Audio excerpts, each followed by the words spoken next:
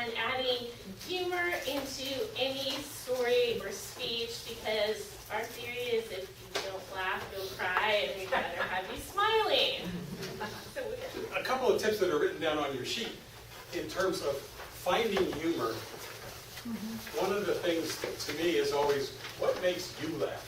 If it makes you laugh, you probably could tell it in a way, or use it in a way that makes others laugh.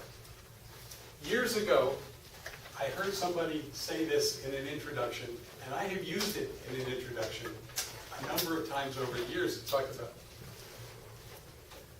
And the way I personalized it was, I said, after I gave my session, after this session, I was in the bathroom, and I hear people come in talking about the sessions that they were in before. They said, I really enjoyed that session with Ken Brady. He is a model speaker. And then I went home and I looked up model. A miniature replica of the real thing.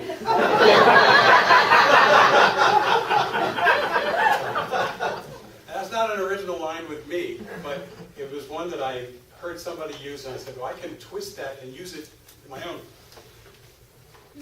There was another thing about personalizing. The way I heard this was, two acquaintances were walking down the street. One said to the other, hey, I heard a good lawyer joke. The other one said, wait a minute, I'm a lawyer. The person said, okay, I'll tell it slowly. You can use that for any group. Hey, I heard a good Toastmasters joke. Wait a minute, I'm in Toastmasters. Okay, I'll tell it slowly. You find a way. Often when you hear roasts, or the kind of thing on TV where people are roasting somebody, there may be a line or an idea you can use and personalize it to your own situation or to the particular audience. Especially if I were talking to Google and somebody said, you could phrase it, who's Google's natural rival? Yahoo. Let's just say Yahoo. So you can say, if you're talking to an audience, people say, two Google guys, two people were walking down the street, and one of them said, I heard a good Yahoo joke. I work at Yahoo. So if you get something that the audience will relate to, it's their people that they look down on, then you could use that kind of a joke. Just another one I heard, and you personalized it. People were standing around talking about what is the greatest invention of the 20th century. And one person said, now notice one of the things it says here is rule of three. It's always three things. It's the greatest invention of the 20th century. Person A says, it's the computer. Clearly, it has changed the way we live. The second person said, no, it's the television. Look at how it entertains people. And the third person says, no, it's the thermos bottle. I said, wait a minute, thermos bottle? All the thermos bottle does is keep hot foods hot and cold foods cold. He says, yes, but how does it know?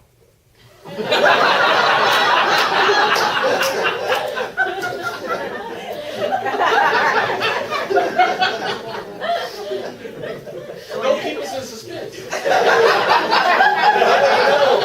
Say it slower.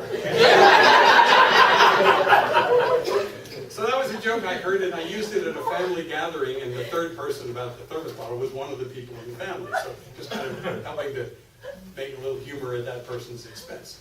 So these are just some of the techniques. We'll talk about some more. Exaggeration, obviously, anytime you can take something and exaggerate it wildly, that can be very funny.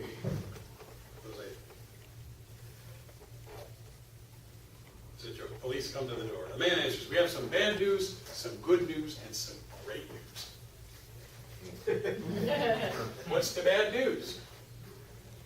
Sorry, sir, we found your wife dead in the bag. That's terrible. That's awful. What could possibly be the good news? When we pulled her up, we've had 2 5-pound lobsters and a half a dozen crabs.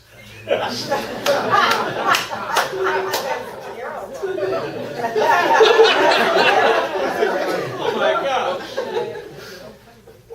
What could be the great news? We're going to pull her up again tomorrow.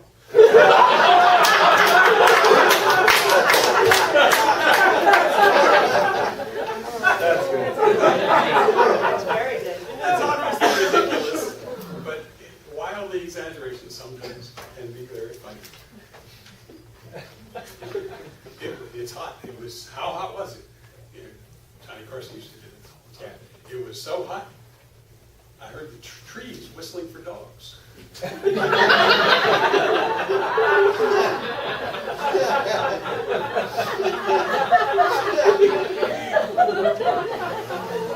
We'll bring some more plays on words. We talked a little bit about that before. Just a couple things that I came up with to kind of a play on words. Whenever I'm traveling and I get on board a plane, you know, if I'm traveling by myself, I like to wear one of those hard hats with a light on the front. Because unaccompanied minors get on first.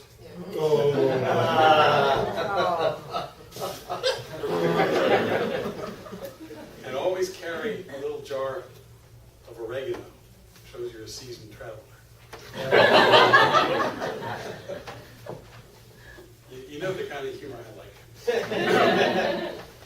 I think with double meanings, is, in high school I made straight A's. My B's were a little crooked. One of the things people have said about humor is that it works with misdirection. It's like you're on a train going in one direction, and then all of a sudden there's a detour in another direction, and that makes it funny. That's why the rule of three often works, because one is going this way, the second is going this way, and the third goes in something completely different direction. So I've found ways to use that with certain things that you hear in ceremony, like today, for example, say, just to stand here and see such an enthusiastic group of people would have been nice.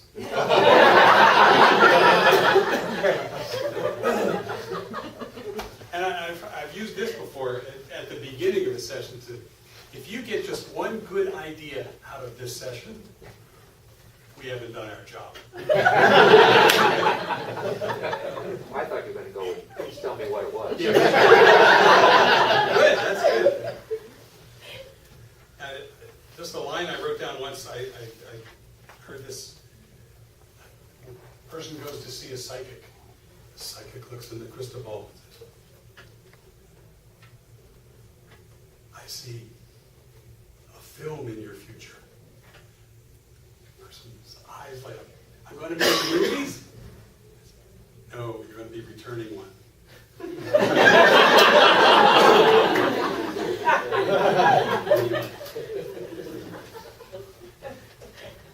I'd like to leave this world a better place when I'm gone. Don't worry, you will.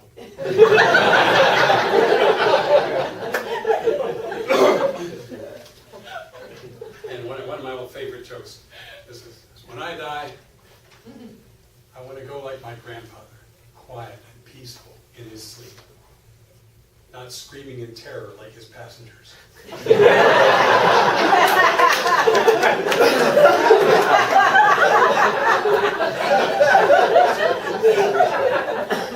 So, one of the things we do often in speaking is we have a point we want to make, and we then look around for stories or humor or something that can fit that point.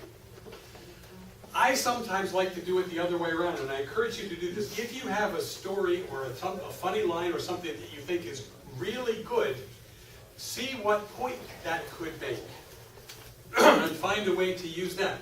I saw on TV once somebody talking about a little kid. He said, this little kid could count 1, 2, 3, 4, 5.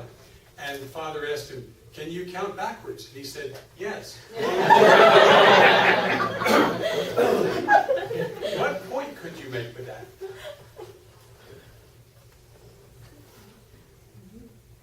Giving directions. Well, the absurdity. Giving directions. Or kids can be very literal. Sometimes you have to be, some people may take you literally. I heard another little joke about a woman and her child are in the store, and the kid wants some money to go buy some candy. And so the mother says, what do you say? You're thin and beautiful.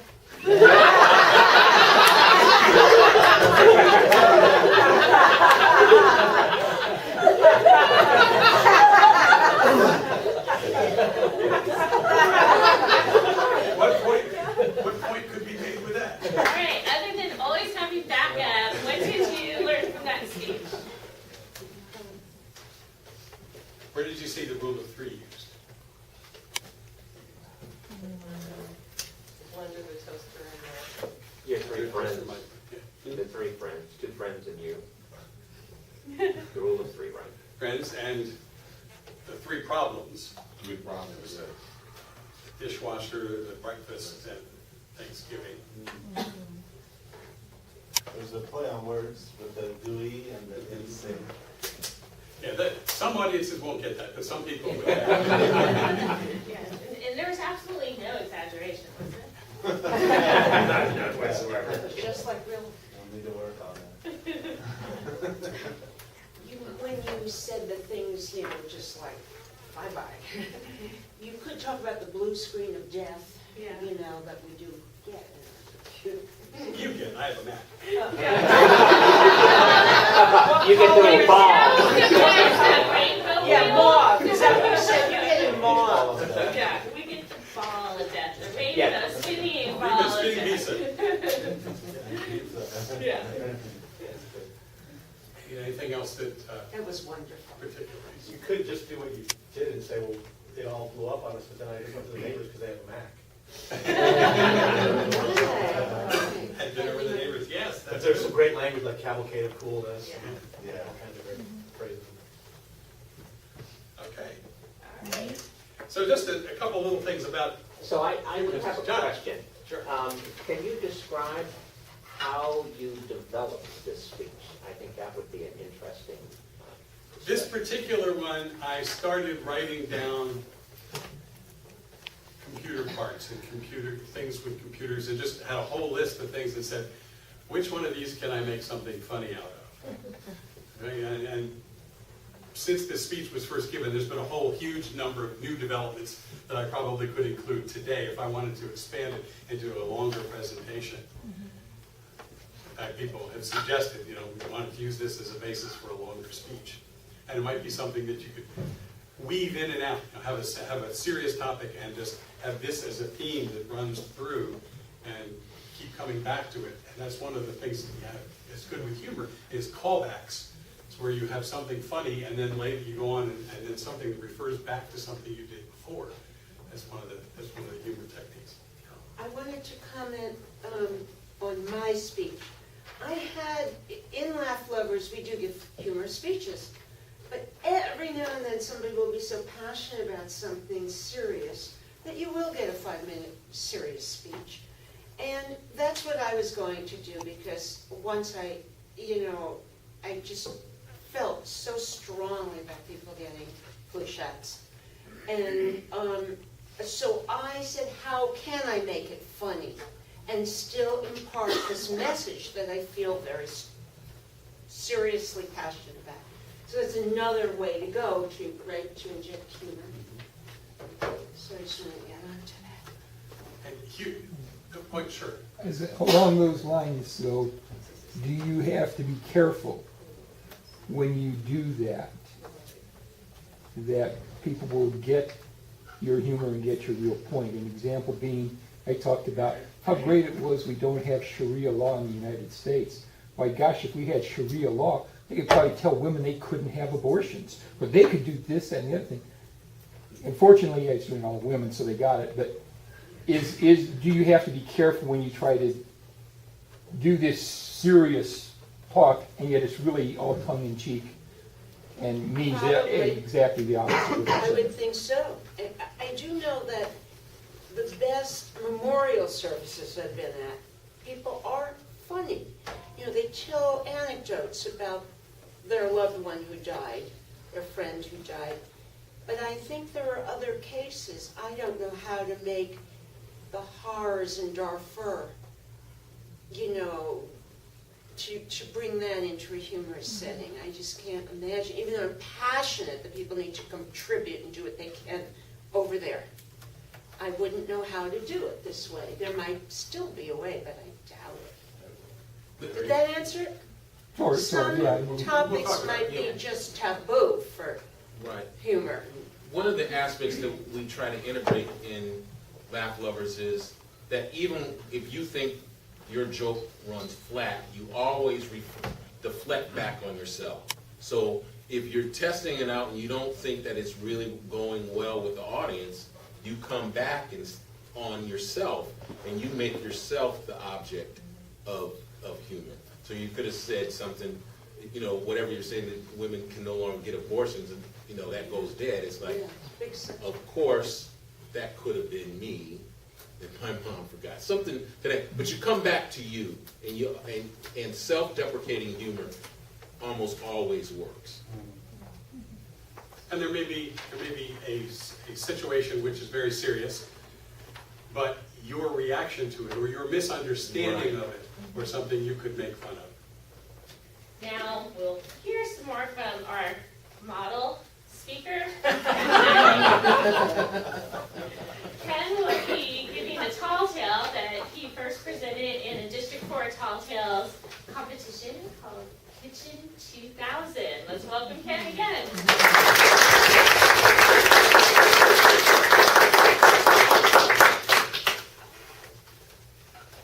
Do you like to show off to your friends? Hey, you're Toastmasters, of course you do. Well, sometimes I do too, and that's how this whole thing got started. You see, I have some buddies who really like high-tech gadgets. And we have a friendly rivalry to see who has the coolest stuff. Last year, for example, one guy came back from a trip to China, and he showed us the pictures and movies from his trip, broadcast from his phone to his 60-inch big screen TV. That was cool. Another guy took the videos he had taken of his children, and for the holidays, used his computer to produce a personalized, customized, and narrated DVD to send to the grandparents. That was really cool. Well, I was feeling a little left out of this cavalcade of coolness until I remodeled my home and installed Kitchen 2000.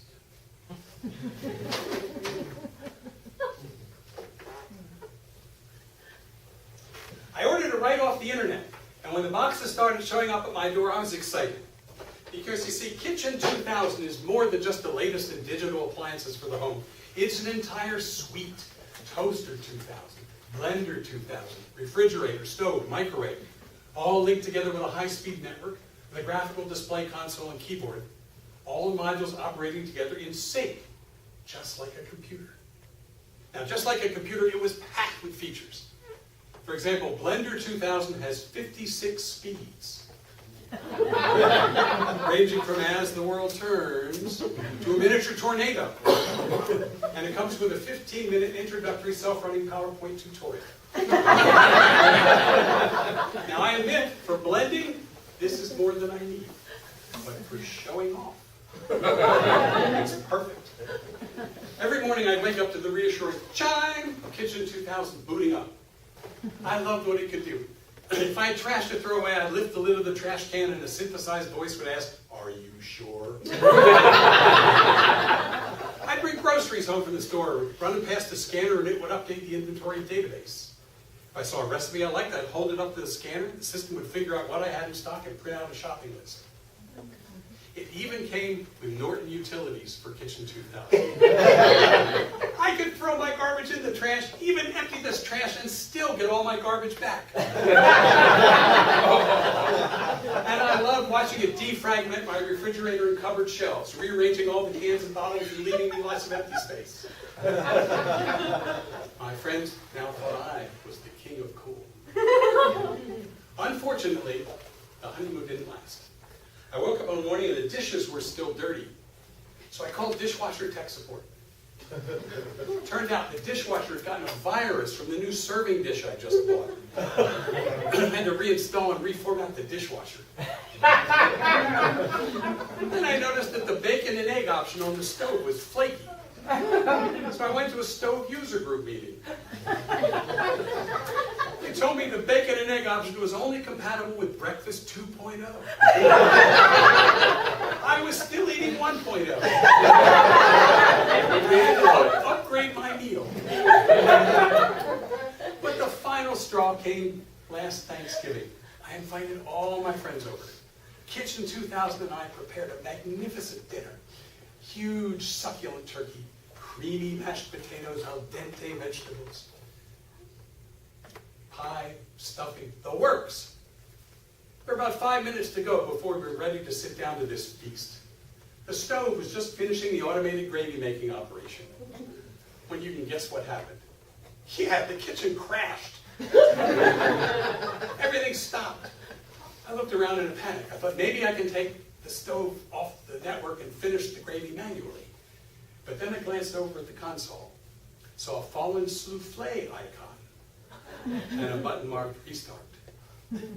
I clicked the button, heard the chime, and my entire dinner vanished. Everything I'd worked on for 4 hours was gone.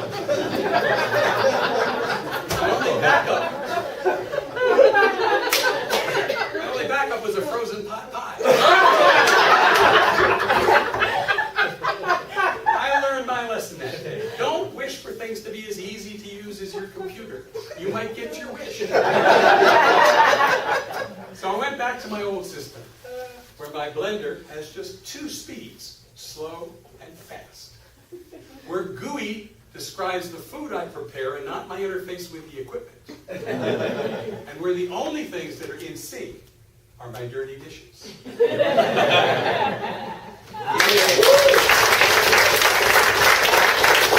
One of the things Ken shared was I did do a high school commencement speech last week.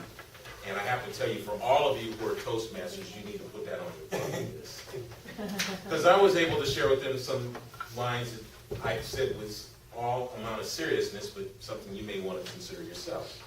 I said, what did Steve Jobs and Bill Gates have in common? Everybody said, well, one ran Apple, the other ran Microsoft. I said, no. They were both college dropouts, but they could hire all of you and make you unemployed at the same time. The other thing was to just let them know that with education, you learn how to read the small print. When you don't, you get experience. And lastly, I just wanted everyone to know that this commencement is the beginning of the rest of your life with the IRS. We are looking for you to become not just productive citizens, but tax-paying citizens.